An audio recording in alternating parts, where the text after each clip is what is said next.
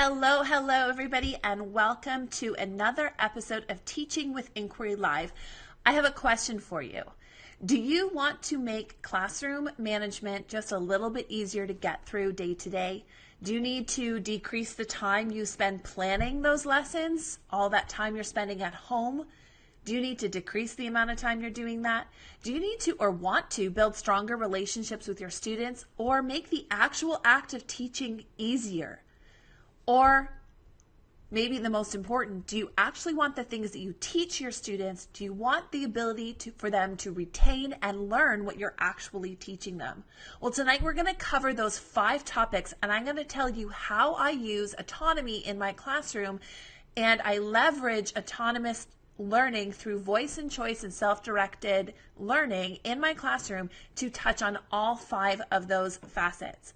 So thank you very much for joining me. My name is Patty. I am the teacher blogger behind Madly Learning, and I am here every single Monday at 9 p.m. Eastern talking to you on Facebook Live about how to implement inquiry in your classroom. I am a split grade junior teacher here in Ontario, Canada, and it is my hope that with these videos that I am able to help possibly offer a little bit of inspiration to make teaching with inquiry accessible, functional, and fun for both teachers and their students. So again, tonight we're going to be talking about autonomy and how we can use autonomy to improve our classroom management, decrease the amount of time we're spending lesson planning at home every single night, build stronger relationships with our students, make the actual act of teaching just a little bit easier day to day, and to try to ensure that what we do teach, we actually get our students to learn and retain that information.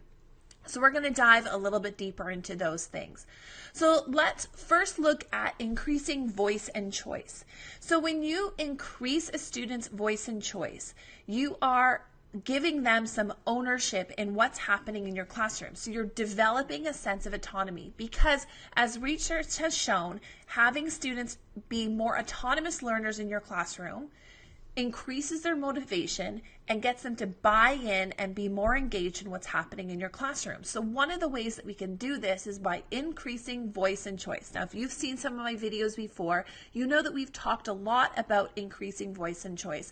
And we're going to be digging a little bit deeper and looking at how voice and choice builds autonomy and why that's important. So in my classroom, I want my students to come to school, and I don't want them to feel like they just have to sit and absorb things like sponges. I want it to make them feel like they are part of my classroom, that it is their classroom just as much as it is mine. So by giving them opportunities to express themselves, to have a voice in what happens in the classroom, to get some choices in how or what they're learning about, that definitely motivates the students because they take ownership in their learning and they're part of what is happening. Because they have that ownership, there's a bit more buy-in and they're more motivated because they see the point in what they're doing. So of course I have my curriculum expectations and I do know what needs to be covered, but I also share this with my students and I let them know that this is where we're coming from. This is why we're talking about this topic. This is what we need to get covered by the end. This is the big learning goal that we have been set out and tasked to accomplish. And then we sit together and we brainstorm ways that we can approach that learning. Now, of course, we take those expectations and they are not written in student-friendly language by any stretch of the imagination. So I do sometimes pare that down to put it into student-friendly language so it's easier for them to understand and make sense of. But what I'm not doing is when I'm sitting down and I'm brainstorming with my students about what it is that we're supposed to cover and how we can learn about it, and I listen to their questions and we talk about things that they know and we talk about their background knowledge and we talk about their understanding of that topic already and where they think they would like to learn, where they think the possibilities are, we look at that and we move forward. Now, here's what I'm not doing. I am not going home and planning 6 different differentiated assignments that I think my students might like. That is what they're doing. So that's where my decrease in planning time is coming, is because I'm not spending countless hours at home trying to rack my brain to try to figure out what it is that I might think maybe my students might be interested in.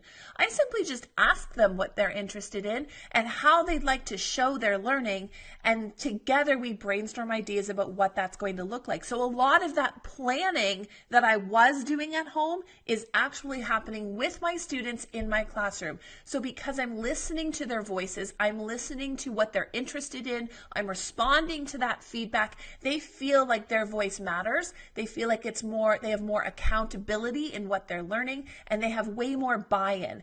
And a benefit for me is that I'm not doing all of that planning, trying to come up with what I think is going to be this great, really inventive strategy, because who knows your students better than your students? So really leverage that knowledge about them by just asking them and giving them a voice and choice in what they're doing. The next thing I do is I coach and guide. So my role as the teacher in the classroom is that of a coach and a guide, not necessarily as, say, a dictator or somebody who controls every aspect of everything that happens down to the very minute. Now, that doesn't mean that I don't have classroom management and control in my room, but it definitely means that my role has changed a little bit. So imagine if you're on a basketball court. If you're on a basketball court and you're coaching a basketball team, if you've ever coached a basketball or any kind of sports team before, you know the role of the coach is to give them practice, to give them guidance, to teach them about the rules. And that's the role of the teacher as well. Teach them what the rules are in your classroom, teach them the basics, cover those skills and practice, but coach them from the sidelines and let them play the game. Let them play the game of learning.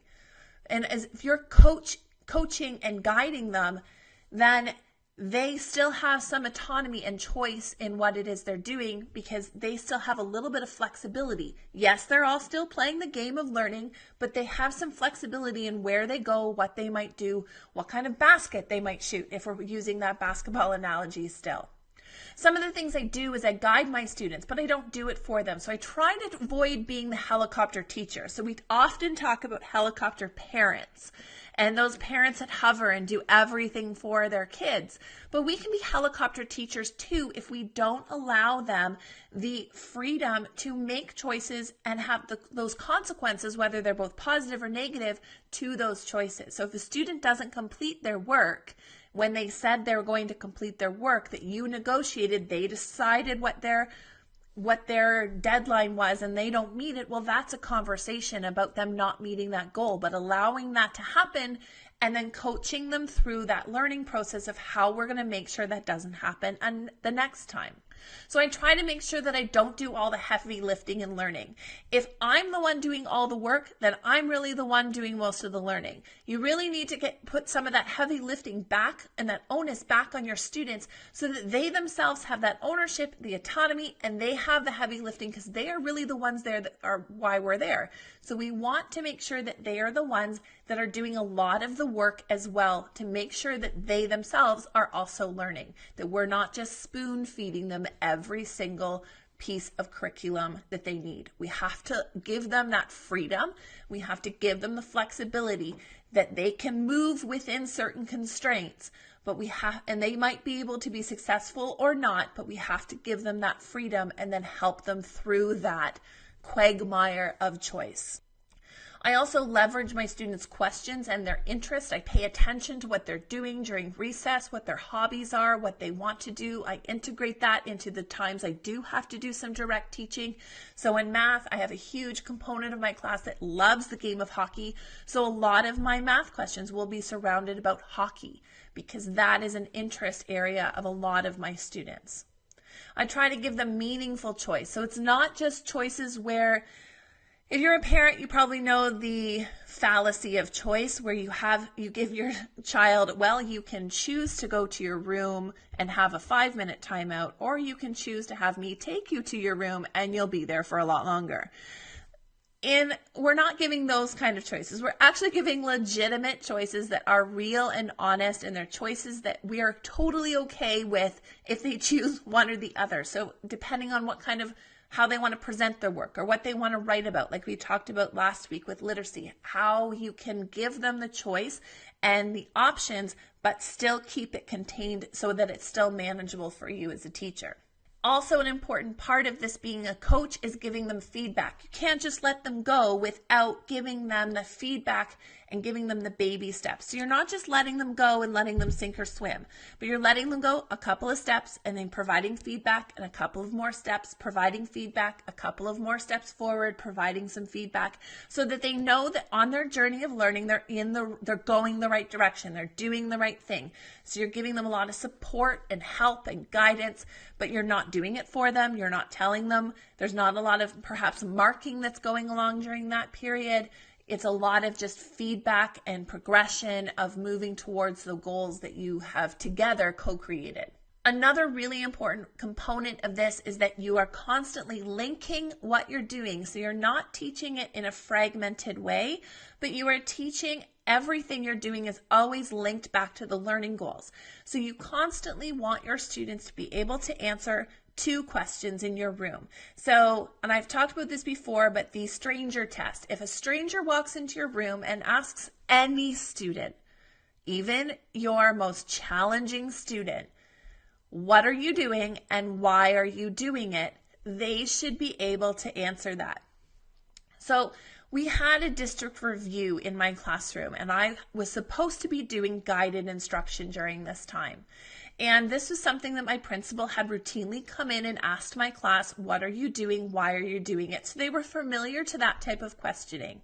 But of course, on the day, I pre-planned which students would be in front of me, where they would be. Well, doesn't the director of education go directly to the one student in my classroom that I was for sure knew that he was not going to be able to answer those questions? I had a hard time with him trying to make sure that he even understood what day it was. So my heart just sank as the director walked over to this student and proceeded to say, what are you doing? And why are you doing it? Now, I was in a guided instruction, but because this was one of my students that required a little bit of extra support, of course, his desk was right beside my guided reading table. And I just ear perked up. I listened. And I was like, please, please, please, please, please, please, please be able to answer this question. Well, you know what? He did. And I was floored. And it could be the practice that we were constantly related to what we were learning. We were always talking about it. They were used to people asking them these questions, but he answered the question and I was floored. And not only that, but the director continued to ask him questions, much to my panic. And he continued to ask him questions about the things that were on my walls. And the student gave these amazing answers. And this was a student that had to sit within 1 meter, not even 5, 1 meter away from me constantly in order to keep focused. And he could answer those questions. So that was for me a light bulb moment that said, okay, if we rehearse this, if I'm constantly going over why we're doing what we're doing, we're relating it to the things that are on my wall. If that kid can do it, then almost every other kid could probably do it too. And that gave him a purpose. He knew what his goal was. He knew what he was working on. He knew what was in front of him and why he was doing it. Even though it might have been a little bit different from other people in the classroom, he knew why he was doing what he was doing. And that was a real light bulb moment for me. Now, the big question that always gets asked is, if you let go of control in your classroom, does that mean your classroom management falls apart? No, it doesn't have to. Giving your students choice does not mean that you're not managing your classroom. It does not mean that all of a sudden it's crazy town every day. It doesn't mean that you just give up, back away, and walk out of the room and say, fend for yourself. Giving them choice means asking their opinion and listening to their ideas. But you still have to provide that management because kids thrive on structure and routine and predictability. So even though you're giving them choice, you can still be predictable. Even though they have some flexibility, doesn't mean that there isn't structure in that flexibility. So you can give them the choice of where they're going to sit, but you can provide the structure in saying you choose the place you're going to sit and you sit, and that's where you sit for the remainder of the time, and we will evaluate that later, whether that worked or didn't work. But the rule is you have the flexibility of choice, but here are the parameters and here are the rules. And I do think that in a classroom situation, you have to be very explicit about what your rules are. So I like to look at the classroom. If you're comparing it to a system of government, it's kind of like a constitutional monarchy. You as the teacher are the head. You are the supreme leader in the classroom. You are the person that the buck stops at you. You have all optimum veto power in your classroom. However, just like in a constitutional monarchy, the people that are not monarchs have the ability for a little bit of self-government. So you can give your students choice. You can give them a say. You can listen to what they have to say. You can make them heard. And you can then make your decisions based on that. Now, if you're co-creating goals and learning goals and rules and expectations and whole classroom goals, if you're co-creating that content with your students, they have automatic buy-in because they helped create it. You enforce it, but you know that if you're enforcing it, you're enforcing their own rule. So in turn, you're kind of enforcing. They know why you're enforcing things because it's their rule in the first place, because they came up with it. And you talk about, well, okay, what would be the consequence if we broke that rule? What's going to happen when this rule gets broken? I personally like to use this as a whole class because I like to look at my whole class as a contained community that I want all of our students to work together to either be successful together, that if one of us is successful, we are all successful, that we work together as a team and support one another. And I use the Kudos Club for that because that is the one way that I have found really helps to support and acknowledge that community and really get kids working as a team, as well as reinforcing the structure and routine, because it builds in the idea that students are going to practice what is expected. We rehearse it, we repeat it, we practice, we reinforce, and it's constant, and it's kinesthetic and visual and auditory, and it kind of hits all of those things all at once. So you definitely still need classroom management because you do need structure, routine, you need predictability. Now, you also need to kind of shake your head a little bit and understand that good classroom management doesn't mean quiet. And I think that's an important shift to acknowledge, that if there's noise in your classroom, what is creating that noise? Is it accountable talk? Are your kids excited about learning? Is there excitement and engagement in your class? Because chances are, if there is, and that's why they're being so loud, that's a good thing. Now, we need to get them kind of contained a little bit because we can't have them disturbing other classes, but you really have to reevaluate what your success is as a teacher. Is it that they're learning, or is it that they're silent? For me, it's learning. Now, we can also have students that aren't, so I use things like noise canceling headphones in my classroom. I allow those students that are often my chatterboxes to listen to music, because those are the kids that don't function well when they have a silent environment. So if they listen to music, they've got the music playing, they're less likely to talk in my classroom. So if I allow some kids to listen to music, some kids have noise canceling headphones, some kids have privacy screens, some kids are lying down, others are sitting, some are hiding under my desk if that's where they need to be. Giving them that flexibility, but talking about that in a real way as to why are you choosing that location, how is that going to be successful, and then evaluating that is also really important. So classroom management is important. And it's absolutely necessary, even in an inquiry classroom, and they can happen. You can have both inquiry, give students flexibility, voice, choice, and autonomy, as well as having a highly structured classroom. Now, because you're kind of flipping things and students are dealing with a lot, you also have to really look at the social and emotional component of your students. And you have to understand that students are dealing with a lot, and we have to address this. We can't just only focus on the learning, because we also have to focus on the social emotional components. You have to look at the bullying. You have to look at the power structures and dynamics in your classroom and try to work within them. You need to look at the self-esteem of your students and trying to build their confidence and acknowledge their strengths and support them through that. looking at what their weaknesses are and coming up with strategies that they can compensate so that they can turn that weakness into a strength. Looking at mental health, anxiety is a huge one that's impacting our students, and dealing with that, teaching them how to de-stress and compartmentalize different issues that they can come up with, and learning how to learn when other things are going on.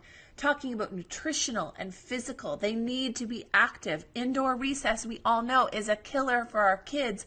It's hard to concentrate if you haven't had an active time. So using daily physical activity, making sure all of your kids have breakfast in the morning, and if they don't, trying to get a lunch program or something, or a snack program happening at your classroom to support them so that that can be there. Using things like growth mindset, the Minds Up curriculum is a great one to build that mental health, social, emotional, taking a pause, the meditation component where we just take a breath and relax and decompress. I like guided silent reading for that right after a nutrition break. And even if they might not be reading, sometimes they just come in and they just go, bell work that's repetitive and easy for them to accomplish, and they feel confident in doing when they come in first thing in the morning. They start off the day really successful. Seeing the student as an individual that has interest, engaged, so it's a lot easier to make sure that they're engaged in doing what they're supposed to be doing because they've got a lot of buy-in. So when kids have a lot of buy-in, you're not managing them constantly because they love what they're doing. Because you're giving them voice and choice and you're getting them to do some of the heavy lifting, you're doing some of the planning, you are decreasing the time you're lesson planning at home because you're doing it in class with your students. So you're not doing it at home. You're relying on their interests and listening to them to make them choose those awesome assignments that it would probably take you hours to come up with at home. You just listen to them and they will come up with different ideas that you might never have thought of. It helps you build stronger relationships with your students because it gets you to know them on a different level because you're focusing on their goals and their strengths and their needs and you're building them up as individuals. It definitely makes teaching a little bit easier because you can focus on what you're learning or what they're teaching, what you're teaching, what they're learning, and it helps to make that easier so you don't feel like you're constantly pulling teeth. Sure, there's going to be those moments. Trying to teach the conversion between the metric system, probably. Rounding, yeah, probably. Spelling and grammar to make sure that they spell was, W-A-S instead of W-U-Z.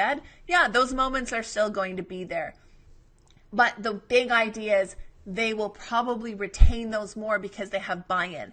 I still remember my project from grade 3 on the Yukon Territory because it was mine. I got to pick it. I got to research it. I remember that project. I don't remember much else from that time period, but I remember that I had a project on the Yukon. I remember that in grade 1, I wrote a book about not being able to pick out what clothes to wear because that was mine. It was my ownership. By giving your students ownership and autonomy in your classroom, you're going to make learning memorable. You're going to give them buy-in, and they're going to work harder for you and make it easier on you in the long run. So I hope that tonight's talk gave you a little bit of inspiration, maybe because we're going into the Christmas season. Try having a conversation with them tomorrow about what it is they want to do this week and letting them give it a go.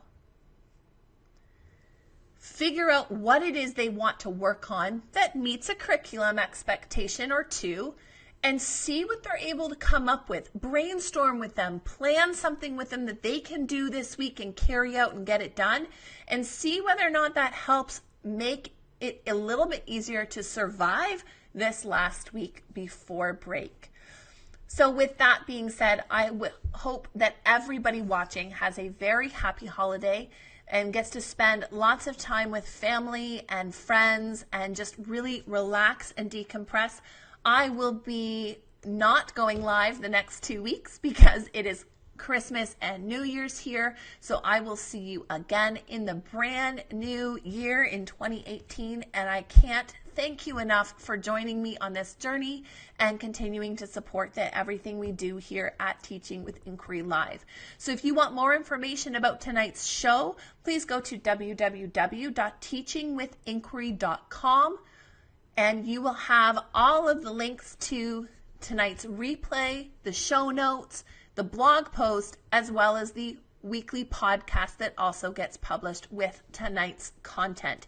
And if you hop on over to www.madlylearning.com, you will see tonight's blog post with all of the things we talked about tonight, as well as links to some of the sources and resources that you can use if you want to dig a little bit deeper into using more autonomy in your classroom. So thanks very much, everybody, for joining us, and I can't wait to catch you in the new year. Happy holidays. Bye.